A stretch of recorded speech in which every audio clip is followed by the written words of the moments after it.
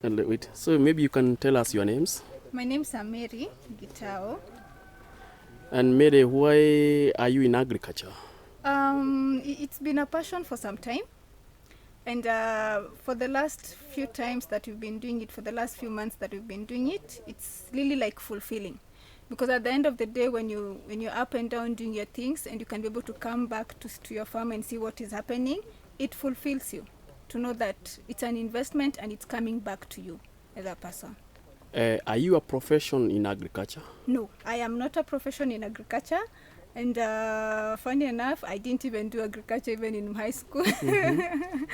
I think I'm a physics person, but I'm a counseling psychologist, MA, from Daystar University.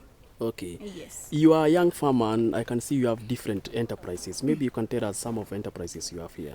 We're keeping some rabbits. Rabbits, we have a few rabbits. We're keeping Flemish giant, we're keeping California, we're keeping earlobe and Dutch. At the moment, we have around 25, but we are growing them because we are also not even selling them at the moment. We want to grow them. Then after we grow them, then now we can start going out and selling them to the market. We're also keeping pure kienyenji chickens. And we're selling eggs, just pure kienyeji.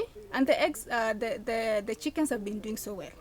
We're also having some pigs. At the moment, we have around 92 pigs. And so far, so good. Like, in fact, next week, we have somebody who is coming for around 35 of them. And we've been selling them in different butcheries and in different slaughterhouses. Mm-hmm. And so far, so good. You still have a greenhouse? Yes. And I can see from the greenhouse you have adopted another method of having different varieties of tomatoes. Mm-hmm. Maybe you can tell us the varieties you have and the reason you decided to diversify. Okay. We're having cherries. We're having some we call beefsteak. We're having Roma. And for us, the reason why we're having different types of tomatoes, we thought it's also good for research. As opposed to just getting what as Kenyans we are used to, we thought we can have different varieties, and especially like you see, like the cherries, which we are growing them. We know some people use cherries to eat them as fruits. And so for us, we are trying to venture into this market to provide tomatoes that can be edible, not necessarily just for cooking. And so that's why we are we're doing various varieties. And so far we cannot complain because we've been selling them. And the market, I can say, is ripe for different varieties. Why did you decide to venture into agriculture rather than any other type of investment? I'll tell you what. If you look carefully in Nairobi, you will see there are so many houses coming up, real estates coming up. So if these people who are moving in Nairobi and into these houses, who is going to feed them? So we thought it's a good way we can provide food for these people who are moving in Nairobi, because we are not into real estate. Somebody who is giving real estate, building houses, but what will these people feed? So we thought it's a good way. We can supplement each other. We can work together. And how has Mkulima Young helped you in this investment you have in agriculture? I'll tell you, from the time we joined Mkulima Young, it's been so good because, one, we realize we are not alone. Secondly, even when I post a question, even when it looks like, those questions that we may not go out asking everybody, but when you post it on Mkulima Young, somebody is responsive. Somebody will give you an answer, and if they don't have an answer, they will refer you to somebody else.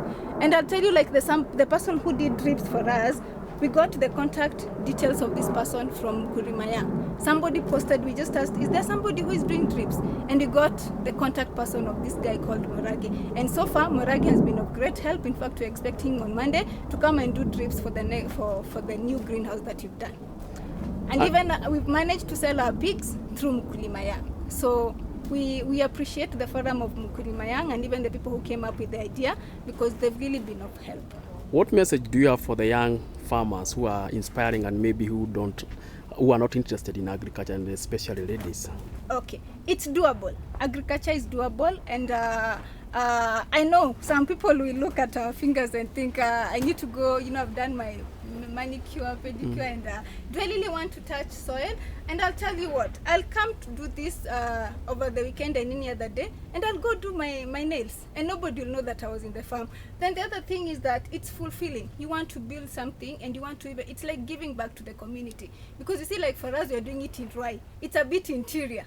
And you see, like, even when the Mkulima Young people came over, they were like, we wouldn't have gotten this place. But you know what?